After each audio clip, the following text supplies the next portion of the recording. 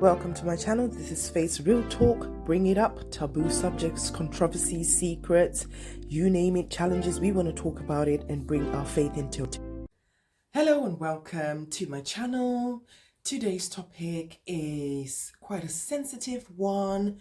Not just in the Christian community, but in society in general.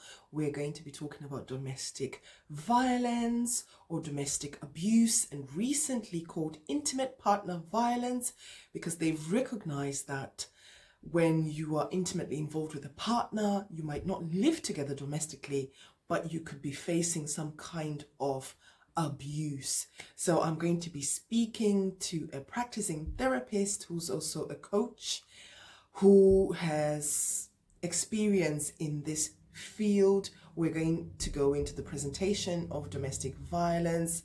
We're going to talk a little bit about the profile of the victims of domestic abuse, domestic violence, intimate partner violence, and also a little bit of profiling of the perpetrators of this crime. And I am bringing this up because it's not something that you hear preached about in church, but it happens in our church communities. And since I was a little girl, this was an area that used to upset me greatly. Like, you know, I didn't know until recently. I was having a discussion with someone and they were like, you know what, it seems like it was in you since you were a young girl to talk about some social justice issues, because God is also interested in social justice issues, because he always wants to fight for the oppressed.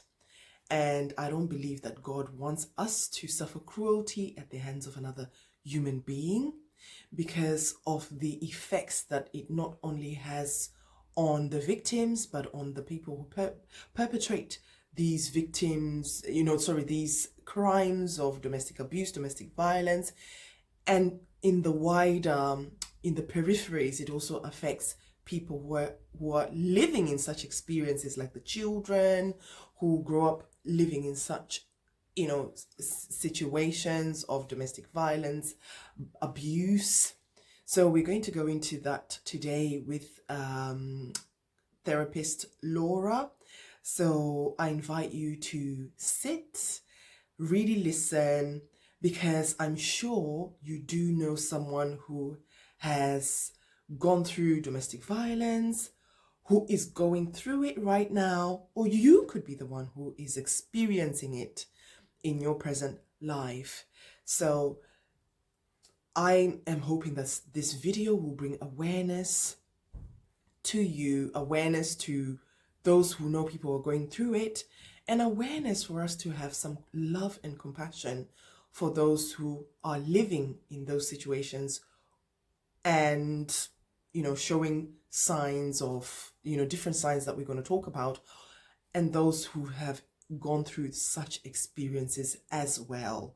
So stay tuned in and let's get into it. Hi, Laura. How are you? I'm well, thanks. How are you?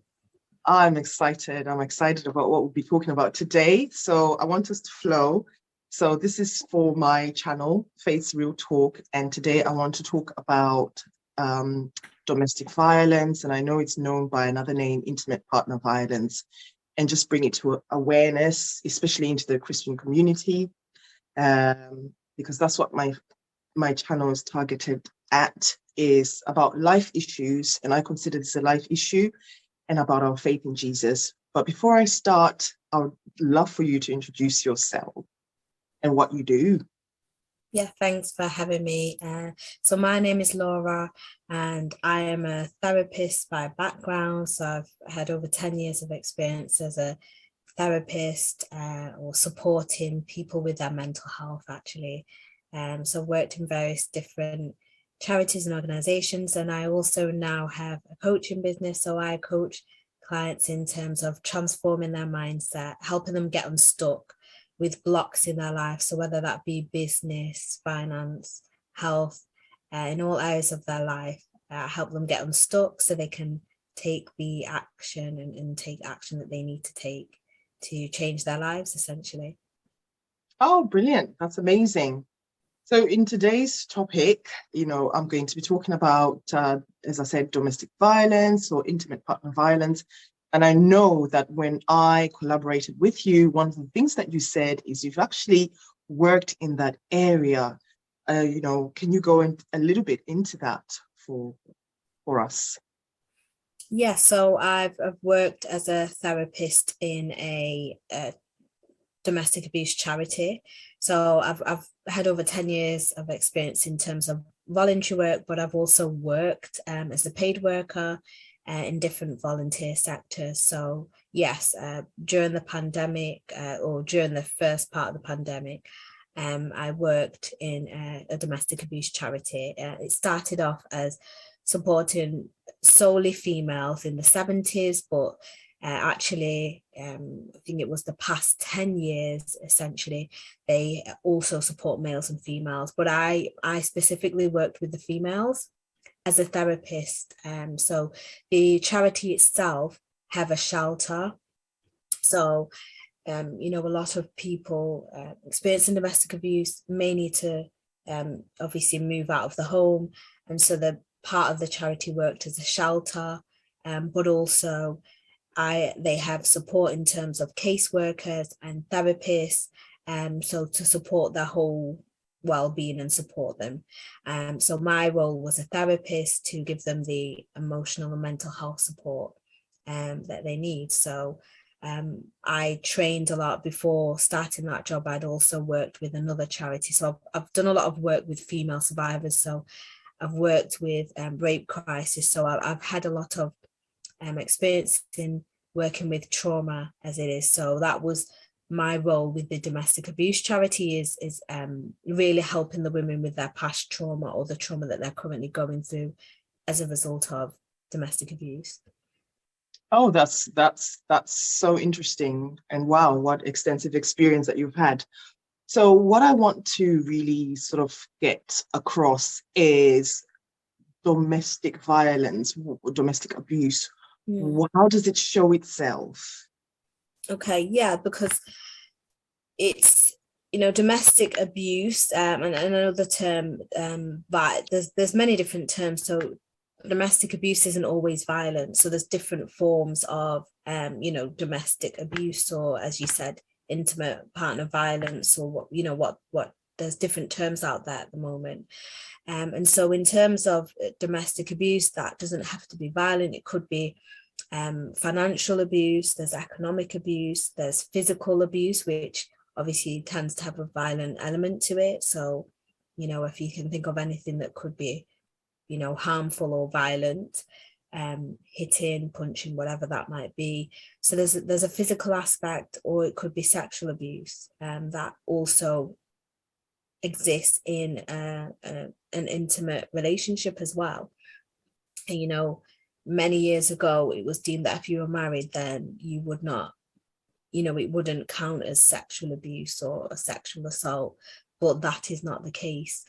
And the psychological or emotional abuse, which also exists as part of domestic abuse.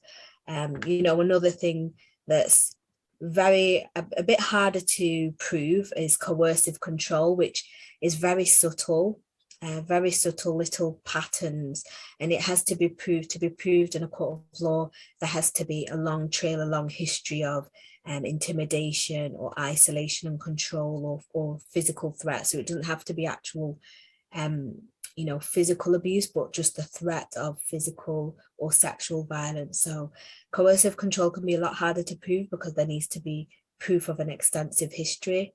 But all of those things that I've mentioned can actually fall under domestic abuse. Wow. Interesting.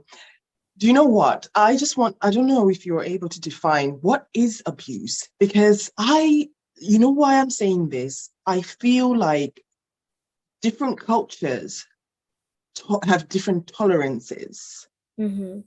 So what actually constitutes as abuse? I guess that's a really good question. What counts as abuse? And I guess so. In terms of domestic abuse, it's an incident. So domestic abuse also could be an isolated incident. It doesn't have to be repeatedly done. So it could be an incident or a pattern of incidents. So obviously a number of instances of either controlling, threatening or violent behavior. So as I mentioned, that's where maybe someone would define abuse as being physical. It could be controlling. So as I mentioned, coercive control, intimidation, or psychological emotional abuse. So in terms of emotional, degrading, intimidation. So in terms of the context of domestic abuse, all of those things I've mentioned can be defined as abuse. So threatening, controlling, degrading, being violent or sexual abuse. And that could be one incident or a number of incidents. And that can be, it doesn't have to be just by, I guess we often think of domestic abuse being by an intimate partner in terms of a romantic relationship, but that can also be a family member or a carer. So domestic abuse is defined as it doesn't have to be just a romantic partnership or a marriage. That can also exist, in I've had experience of helping assisting clients where it was a son, for example, a son and a mother, where the son was abusive, for example. So the child, there could be, child, and that can exist in a child and parent relationship. And that might be when the child could be a teenager, for example, or it could be when the child in this case could be like, for example, an adult, 25, their parent could be 60 or even older, for example. But actually, a lot of people don't think of that when they think of domestic abuse. They just think, okay, a romantic relationship or a marriage. Wow, that's so amazing. So when you help clients, what is it that abuse actually does to a person? What are the effects to a person? And the reason why I'm bringing this up is I grew up in a society that, people will gladly say, the one I've seen is, which was acceptable, is when a husband beats up their wife. You would hear people say, oh, this one is married to a man that beats her up. And they'll talk about it with such an acceptance that that's okay. It's fine that he does that to his wife. So there's this acceptance, but I'm thinking more of the longer term implications of someone who's living with that abuse. What does it do to them? And what then makes it unacceptable? So over the years, I started to see laws being passed to protect people who got abused. So the culture permitted it, but the law ended up coming to say, no, this is not right because you're violating somebody else. It's interesting. I would love to know what you've seen in your clients because of that, because I think people don't understand because it's not happening to us. Sometimes we can easily brush it off. And I've seen that that's a very common thing that we do, to just brush off things just because, hey, it's not happening in my doorstep. It's not happening to me.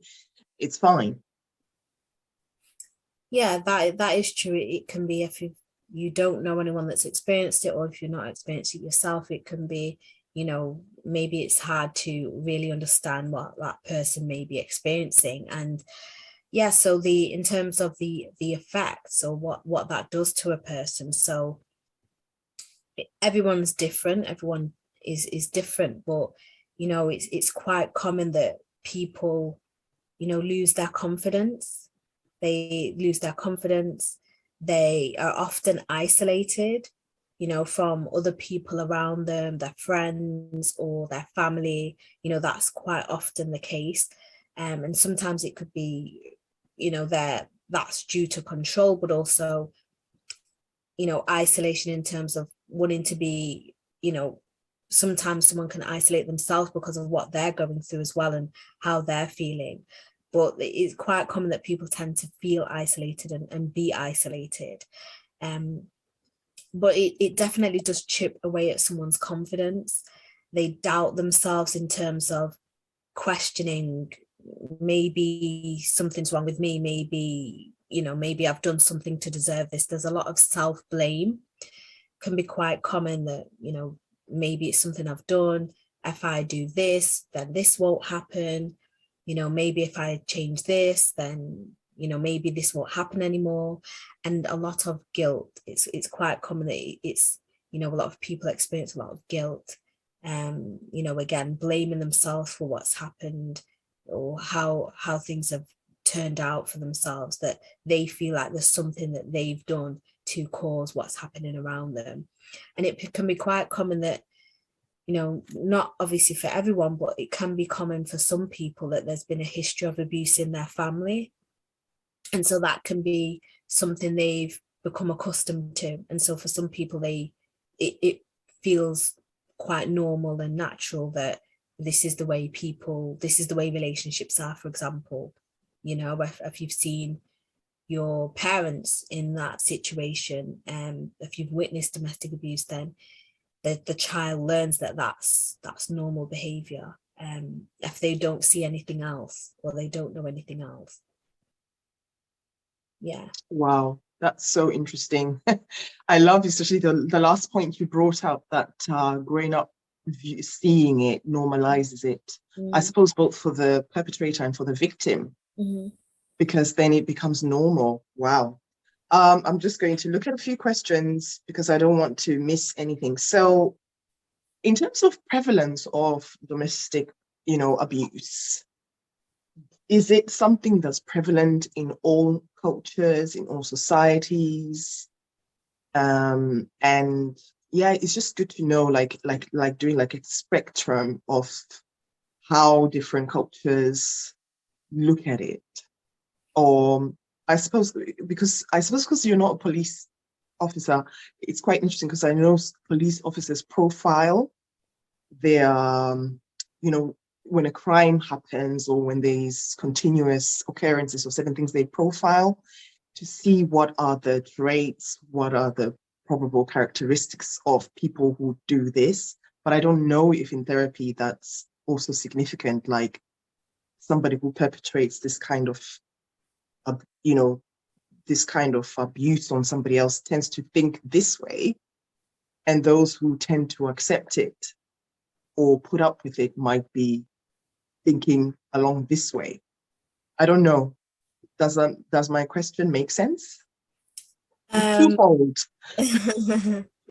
Yeah. So what's the first part then? So I suppose the first part is more of the prevalence in our society, in our communities. And then the second part is, what is the profile of someone who tends to abuse, or especially when we'll go into that later, actually. Let's just go into this question so I don't confuse things. Okay. So what's the prevalence? I guess, so in domestic abuse exists in all cultures. I don't think there's a culture or race or ethnicity that it doesn't exist in, essentially. So yes, for sure, I'd say, yeah, it definitely exists all over the world, through cultures, religions. It exists everywhere. Now, it existing and how much it gets reported is a different thing, and that impacts the stats as well. So you don't, there's stats from the police, there's stats from organizations all over the world and in the UK, but of course you won't necessarily always get a full picture, because especially with things such as rape and domestic abuse, it's often underreported.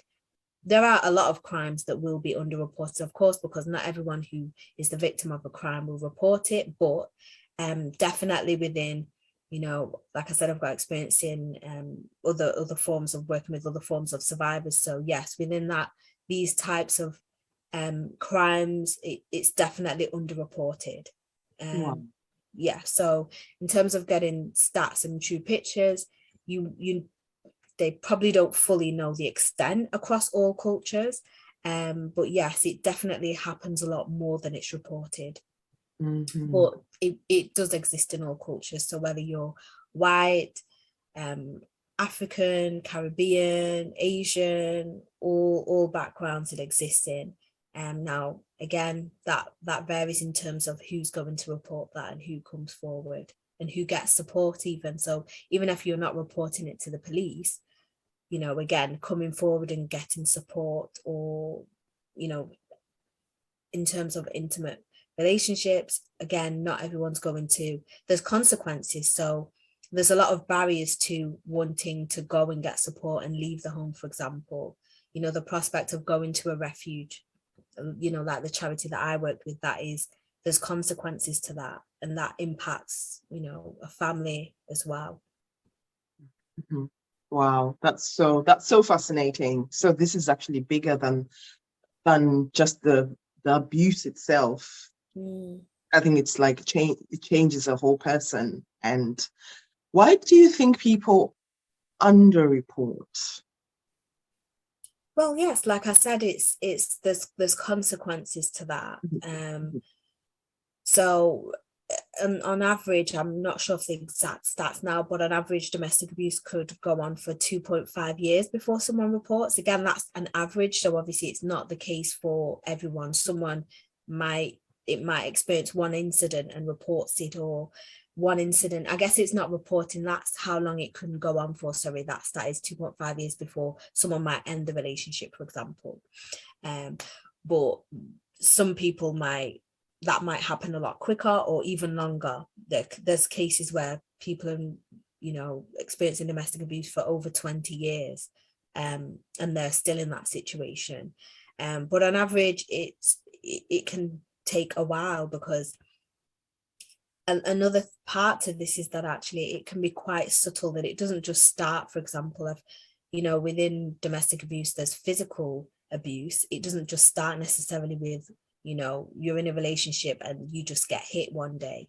You know, it often doesn't start that way. It can start very subtly, you know, certain controlling behavior, for example, or emotional abuse could be part of it. Threats, intimidation, that sort of thing could start quite subtly, and then it might turn physical, for example. So I think that can be another reason why, you know, people don't report it, for example. There's always that prospect of there being change, that person, you know, says, I'll do better, I'll change, apologizing, and that person who is the victim wanting to give them a chance. You know, if you are a family and you have a family, then again, there's a consequence of you reporting it, and that you could be putting your partner in, potentially affecting their whole life. They might go to prison. There's consequences for that. So that in itself is a barrier to, you know, for someone thinking about reporting. You know, that can again leave them with feelings of guilt. You know, if I do this, then I've ruined their life, or I've changed their life, and I'm ruining my kids' lives, for example, if I'm going forward and, you know, my partner goes into jail, they're not around their parent anymore. So there's a lot of reasons why, and a lot of organizations don't really consider that. There's actually a lot of reasons why someone would not want to come forward. You know, like I said, that these consequences being a big part of that. And there's financial consequences. You know, if you are relying on your partner to make ends meet and that relationship ends, or you're reporting, then that again is a consequence for you and your family, if you have a family. And even if you don't have a family, there's consequences to that.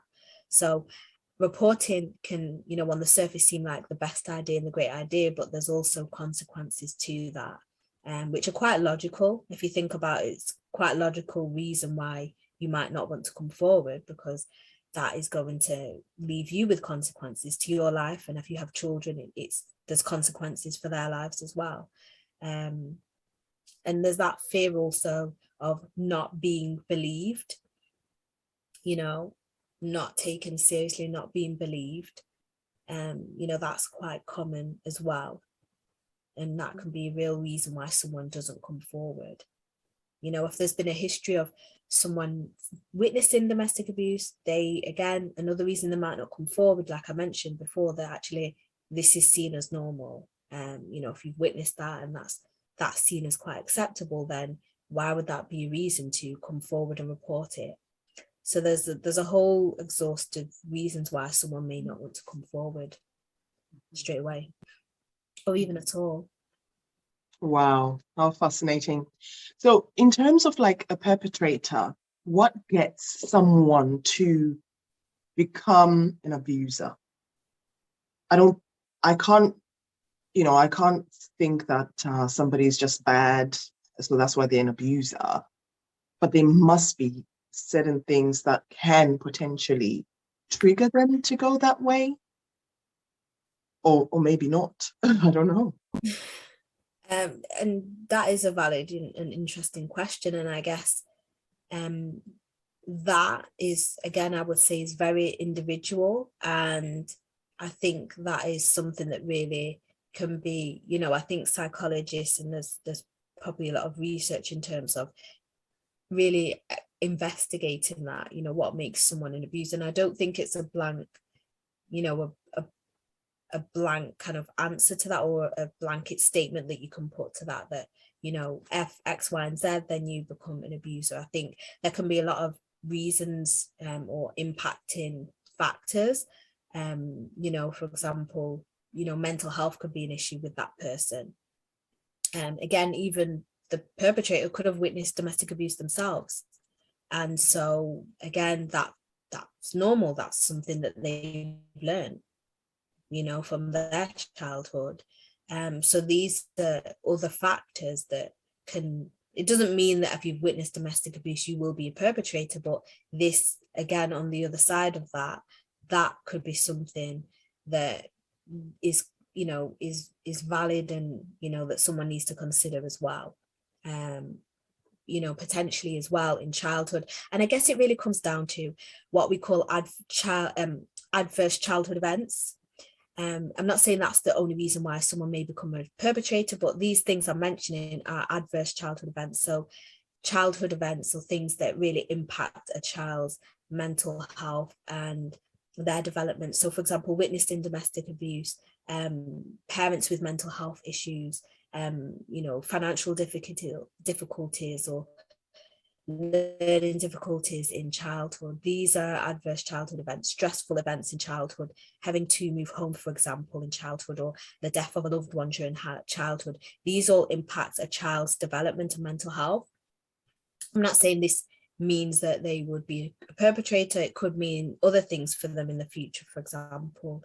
But people or individuals who experience childhood, adverse childhood events, potentially, could have problems with their mental health, and this could potentially lead to them being a perpetrator. Wow, so fascinating. Do you know what? I never even thought of such things. I'll be very honest, I had a bias that people just abuse people because they're just nasty control freaks. But if they're battling with a very, maybe wounded emotions or wounded soul, perhaps that brings out, it maybe comes out in abuse, like you said, or they've got undiagnosed mental health conditions. It's so interesting when you said autistic, children, wow, fascinating. There's a lot to know and learn about this. Now, another question I have, who are the predominant perpetrators of domestic violence? Because I know you were talking about, you started off helping mainly women, but you ended up helping men as well. So in terms of like the ratio, how does it sit? Is it more women who get abused, or it's even? Now, I don't know the exact stats at the moment, but it is more women who are victims. However, it is also noted that it's underreported in males. So because we know that it's underreported in males, then it's hard to say if you have an accurate picture. So for example, when I mentioned the fact that rape is a crime that everybody, well, not everyone knows, but rape is a crime that is often underreported. So you don't have all the stats on that. It's the same with men coming forward as victims of domestic abuse. It is underreported to the police. So that is why it's definitely noted that there are, more females who are domestic victims of domestic abuse. But equally, it could be that there is still more females who are, victims of domestic abuse, but it's definitely known that males definitely underreport, because there's also that stigma of, you know, being a man and being a victim of domestic abuse is quite shameful. And, you know, all the reasons why someone wouldn't report, again, is a reason why a man wouldn't report being a victim of domestic abuse. Again, not being believed because they're a man, and they go forward and report that. So all those reasons exist for men, of course, in terms of them not wanting to come forward and report that they're, you know, a victim of domestic abuse. Wow, that's so interesting. So if someone was being, I just want to make sure we stick to, so therapy. How does therapy actually help if someone's a victim? And would it also help a perpetrator? So twofold question again. Right. So yes, therapy, in terms of helping someone who has experienced domestic abuse, it helps them. Therapy can help with the healing process. Essentially, there's obviously there's going to be trauma attached with that, and so having a therapist gives the person the opportunity to do that in a really healthy way, in a safe space, in a confidential space.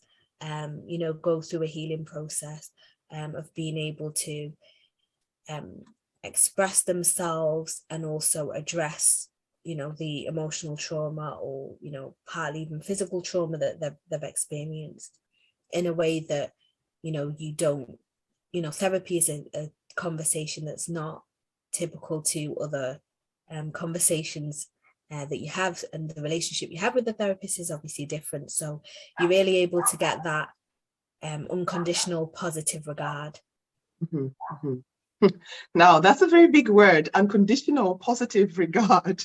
Can you say that in a way that people who are not psychologically trained would understand what that means? I know what it means because I've done a bit of Christian counseling, but to another person, what is unconditional positive regard? So it's basically meaning that you're able to have that, you're being able to be accepted regardless of what you say, what you do. You're just basically being accepted for you, and there's no condition on that, you know. So whatever you say in that space, in the therapy, whatever you know, whatever you talk about, whatever feelings come up, you're not judged by that. You know, there's still that positive warmth feeling that you have, or manner in the relationship, if that makes sense. So it's just being accepted just as you are, just as you come to that therapeutic space. Whatever you say, there's no judgment, that you're still reviewed and regarded in a positive way. Beautiful. Do you know why I love that? I love that because I feel that when someone's expressing something that's very difficult for them, people should reserve their judgments.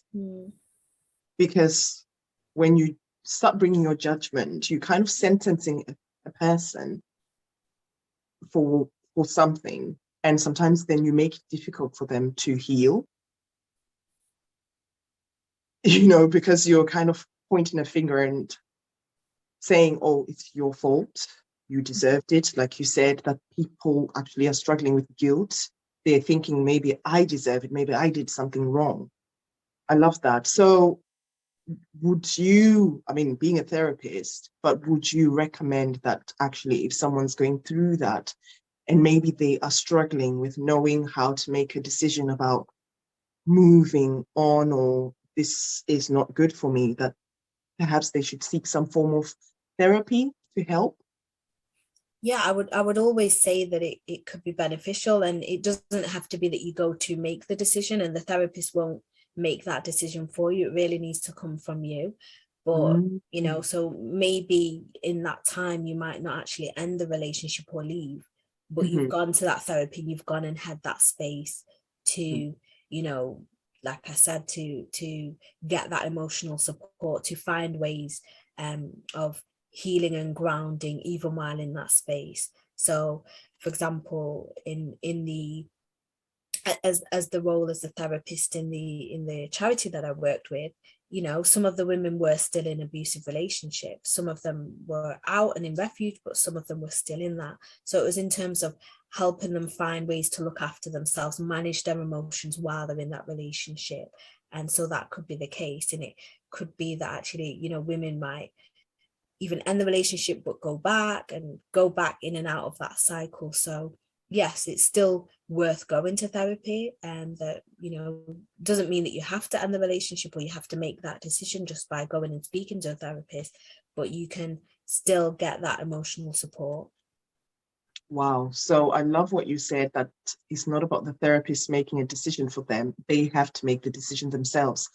And that always brings me to something that I have been learning recently, is that the reason why there's a human will is because that's our decision-making power that we've been given. And when people take that right from you, you always feel a bit violated, because you have to come back to your power. And your power is knowing, I choose this or I don't choose this. Nobody should make it for you because it disempowers you. Wow, so fascinating. Now, when it comes to perpetrators, do they also seek therapy? Is that something that they're offered? I know you talked about some of them end up going to prison, obviously, because it's become a crime now. And if someone's found guilty of it, then they obviously have a prison sentence to serve. Are there situations sometimes where they're just offered therapy, or as a resource to them maybe seeing why being a perpetrator probably isn't very good? I always say it is not good being a citizen like that. And I'll tell you why I say that. I've been seeing lately in job applications, people have been disclosing that they've got a domestic violence conviction. And some employers have been like, whoa, do you know what I mean? So I was like, I don't think people understand the impact that it can actually have on you as a person, in terms of how people might view you just having that conviction. The same way, because once it's become a crime, you are seen as all other criminals, and you have a way of then needing to protect, or what's the word I'm looking, improve your reputation based on that. So are they sometimes offered therapy before they even get a prison sentence? Now, I don't work in that criminal system, so I wouldn't necessarily have all the knowledge on that.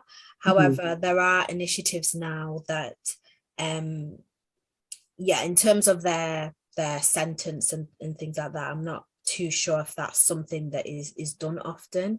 However, I am aware that there are more initiatives, or there was in kind of Greater Manchester area, to get perpetrators the support as well, in terms of a lot of charities and organizations obviously are set up to support survivors and victims of, you know, domestic abuse, or even if you think of sexual assault, those types of crimes, which is great.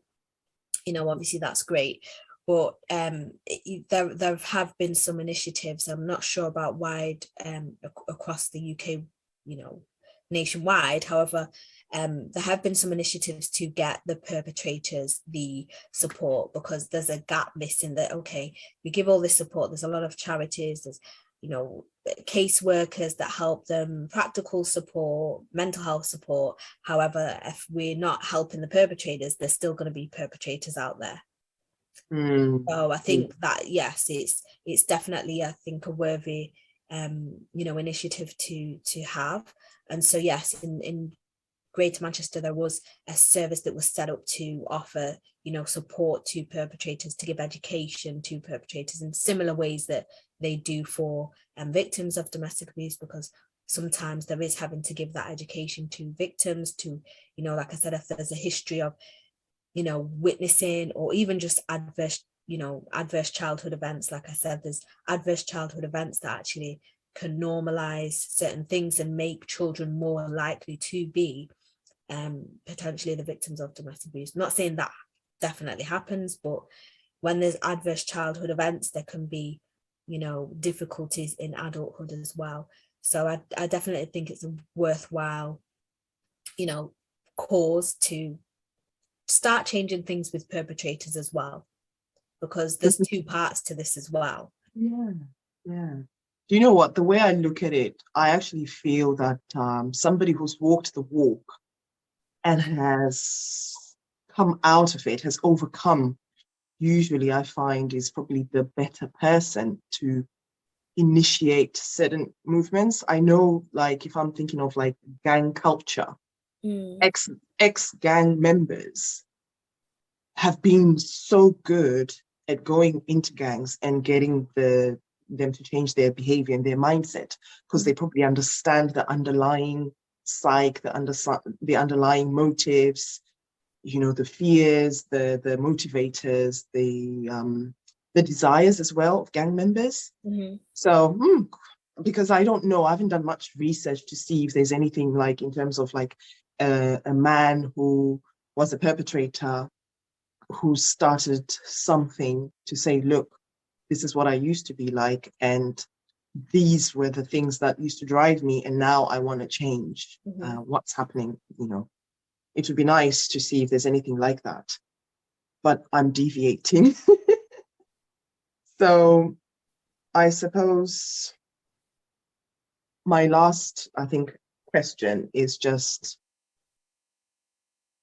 have you encountered difficulties with people who come from, so I'm Christian, so in my channel, I talk about faith in Jesus, people who come from that community, especially when it comes to this issue, have you encountered any mindsets that are maybe I wouldn't say for, but I'll probably say that might encourage people being in abusive relationships, or things that have made it a barrier to seek help? And if you've seen things that were good as well, because I recognize that there's good and bad in all situations, but it's just good to know what you've seen. And from a therapist perspective, what do you suggest? Especially if I've got somebody who's listening, who might be going through this or has been through this, or it's affected their mindset or whatever, how they can be empowered. Yeah, I think I've not seen, from my experience, I've not seen that it's been something that's encouraged in the church necessarily, or that it's kind of specifically been blocked in terms of people getting support. I think it's potentially maybe the cultural side of being a Christian, maybe that actually some of the teachings that can impact the mindset and in terms of coming forward. And I guess not just with domestic abuse but other issues, it's always encouraged to go to the church and to continue to seek guidance from the elders, and may not necessarily be the best place if they're not trained in certain types, they don't have certain types of training. It may not be that they're the best people to go to. They don't have to be the only person. Not saying that they can't be, you can't go to an elder for support, but they, you can be encouraged to go elsewhere as well at the same time. So you can go and get the support from the church, but also, seeing a professional that understands and really has the training to really help you and guide you, I think is, can be the best balance, if that makes sense, and maybe the best of both worlds. Because if your faith is really important to you, it's understandable that you also want to get guidance in that sense and support in that sense, but also getting help from a professional can help you move forward and get that in an appropriate way, someone who's trained professionally to help you with that, if that makes sense. It does. You know what? I'm going to add my little take to this. I believe that when you are in Christ, you're free. What does that mean? You're not in a cult. So I always say, if somebody's in a religious organization that tells them you don't go and report this thing to someone else apart from the elders, I would question if that place is still spiritual and believing in Jesus, or it's become a cult. I always say cults started with controlling people and making them fearful to go and even speak up for themselves when they are experiencing things that are uncomfortable and socially wouldn't be very acceptable, being told just keep it in within us. So I hope I'm speaking to someone. I'm going to do that because that's what my channel is all about. If someone is involved in something like that, believe me, be careful that you're not in a cult. Sorry, I had to say that because I understand that faith is very important, but we shouldn't be a prisoner to being in an organization that promotes us not getting help that we need, especially when it's out there for us, and be told, don't go there, just come to us. To me, that's cult-like behavior. Well, I've thoroughly enjoyed having this conversation, and I'm so inspired. I almost feel like I'm going to bring you back just to talk about therapy. Oh, there's another question that I had for you. You know, you talk about the word trauma. Mm-hmm. I don't feel like everybody always understands what that word actually means or what trauma entails. I don't know if you're able to just quickly define that before we end today's video. Yes. Yeah. So trauma is very widespread. So when I say that, I mean that what's traumatic to me isn't necessarily traumatic to you. So what's defined as trauma is something, an event or situation that occurs. It could be a single event or repeated events that have a lasting impact on the individual. In terms of in medical sense or clinical sense of the word, it would be defined as having lasting effects for a certain amount of months, for example, and having certain symptoms for a certain period of time. But in the general sense, a trauma or a traumatic event is something, an event that happens that has a lasting impact on the individual and their well-being. Their well-being, okay. Yeah. And which part of the well-being is usually where the trauma might represent that this is probably what they're experiencing? So that can manifest in different ways in terms of physical symptoms. You know, if you think about anxiety or panic attacks, you know, physical sensations, and obviously their mental health, their emotional health or emotional mental health, their emotional well-being, their feelings that they're having. Yeah, so it has a lasting impact in their ability, and I guess that's the point I've missed, is it has a lasting impact in their ability to function on a day-to-day basis as they usually would. Ah, amazing. Yeah. Wow, that's good to know. It's a word that always for me, you know, even confused me, like, what does that mean? Because I didn't understand like mental trauma or, you know, and its effect. I understood trauma from, because I'm a registered nurse, from the aspect of somebody's had a traumatic injury, which means it's something that's going to take a long time to heal and might require significant surgical intervention. Mm-hmm. So that I knew, if they say that they experience extreme trauma to their bones. But now that you've explained it, it makes sense when you're thinking in terms of how it manifests physically in the well-being of someone, can be in terms of like their physical sensations like anxiety or panic attacks, or it can be in the emotional sense like the depression and the things like that. Wow, that's so fascinating. Well, I'm so glad that I've had this discussion with you. Thanks for having me. And is there any organizations that you know would always be happy to listen to people who are going through this? And I love what you said, and I'm going to repeat it. You said if someone seeks therapy, they're going to be met with an unconditional positive regard, which is non-judgmental. You're being accepted. You are heard and listened to.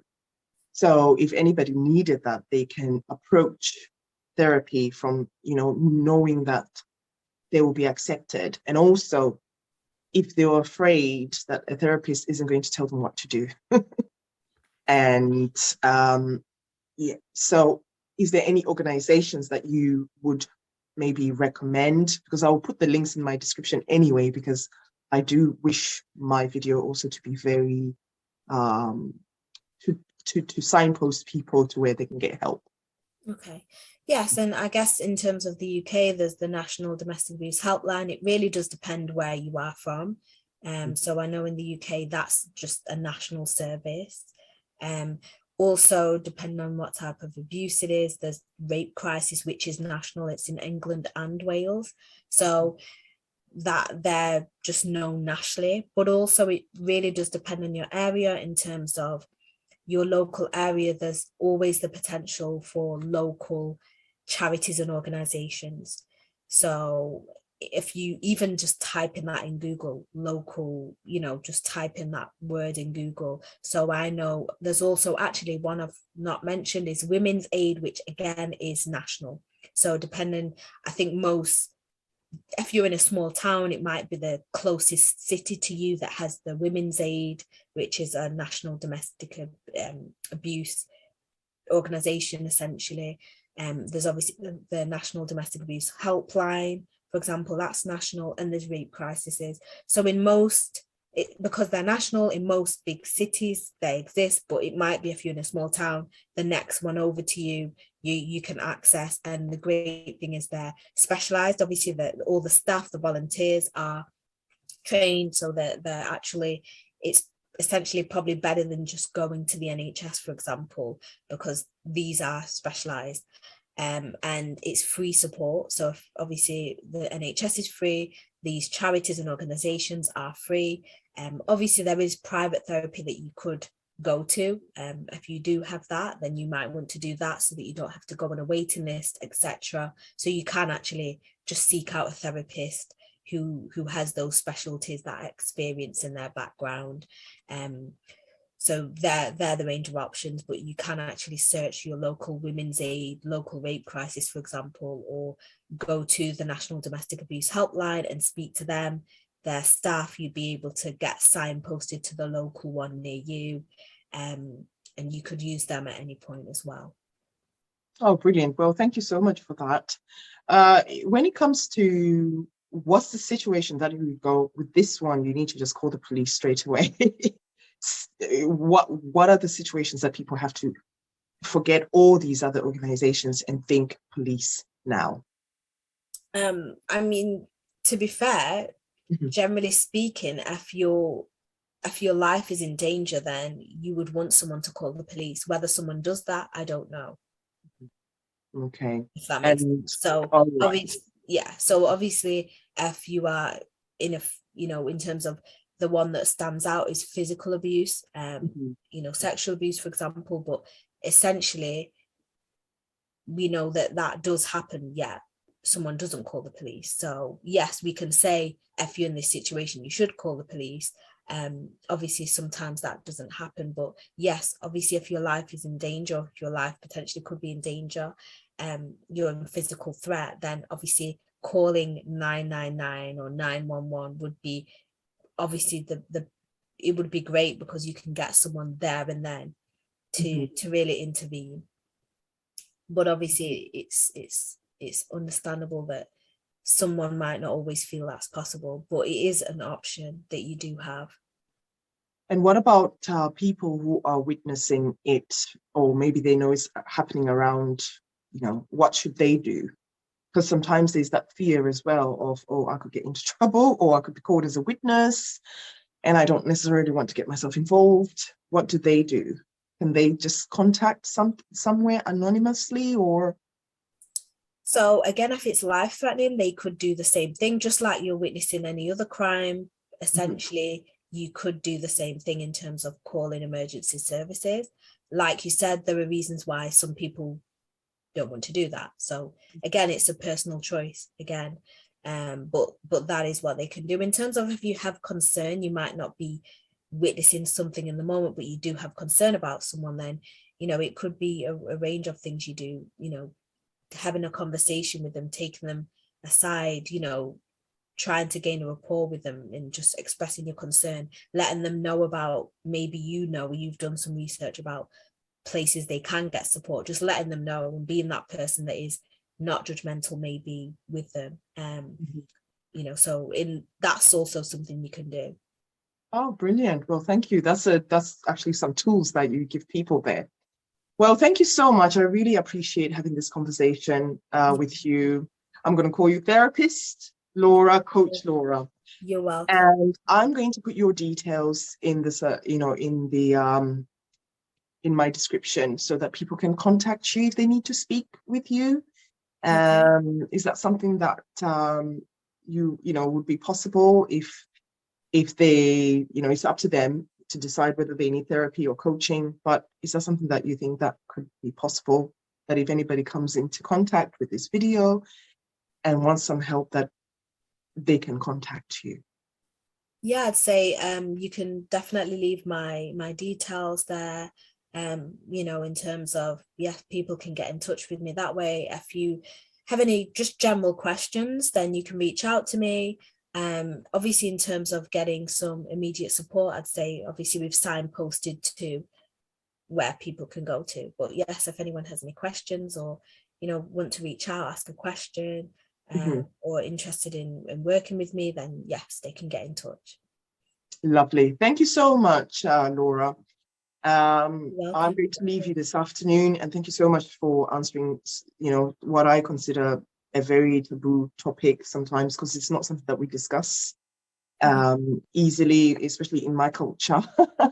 We just have Chinese whispers, and yet I find that doesn't solve the problem. And this is the reason why my channel is out there, because I just want to bring these things to the light, because I believe that human beings are such capable people to solve all the problems that we have. But we can only do that when we're being honest, when we confront things and we bring the truth into it and heal.